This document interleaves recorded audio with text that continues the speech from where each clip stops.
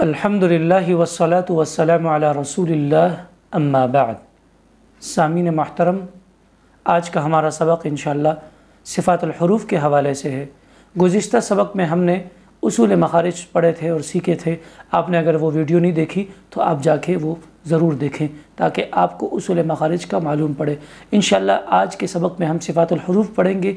आप सबसे पहले ये चीज़ समझ लें, जिस तरह मखारिज का जानना ज़रूरी है इस तरह सिफ़ात का जानना भी निहायत ज़रूरी है, क्योंकि मखरज से हर्फ अदा होता है, सिफ़ात से हर्फ मुकम्मल बनता है। जैसे ता दाल ता, इसको तजवीद की इस्तिलाह में हुरूफ़ नितइया कहते हैं। हुरूफ़ नितइया, दाल ता ये बारीक अदा होते हैं, ता मोटा अदा होता है।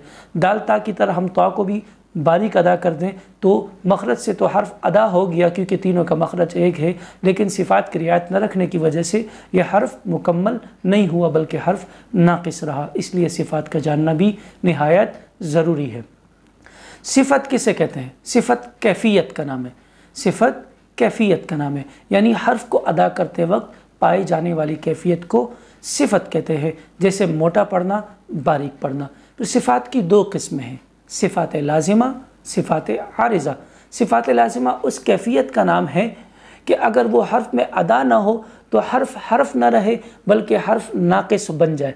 जैसे मुशद्दद हर्फ को नरमी से पढ़ना, मिन शर्रिल वस्वासिल। अब यहाँ पे रा मुशद्दद है, आप इसको मुखफ़फ़ यानी नरमी से पढ़े, मिन शर्रिल वस्वासिल, मिन शर्रिल वस्वासिल।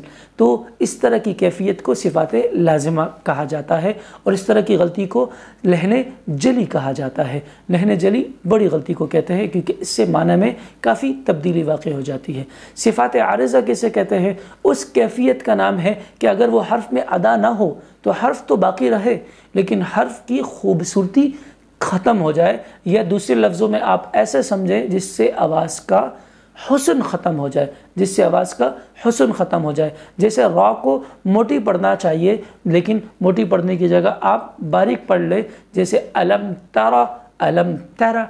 आपने यहाँ पे रा को मोटा पढ़ना था लेकिन रा को बारीक पढ़ लिया। इस तरह की ये जो छोटी गलतियाँ होती है, इस तरह की कैफ़ियत को सिफ़ात आरिज़ा कहा जाता है और इस तरह की गलती को लहने ख़फ़ी कहा जाता है। तो हमने लहने जली से भी बचना है, लहने ख़फ़ी से भी बचना है। जिस तरह मखारिज हमने सीखने हैं इसी तरह सिफ़ात को भी सीखना है। तो आज का ये हमारा सबक था सिफ़ात के हवाले से। सिफ़ात लाज़िमा और आरिज़ा हमने पढ़ा। इंशाअल्लाह सिफ़ात लाज़िमा की मज़ीद जो दो किस्में हैं हम अपने नए सेशन में नई वीडियो के साथ दोबारा हाजिर होंगे, उसको सीखेंगे।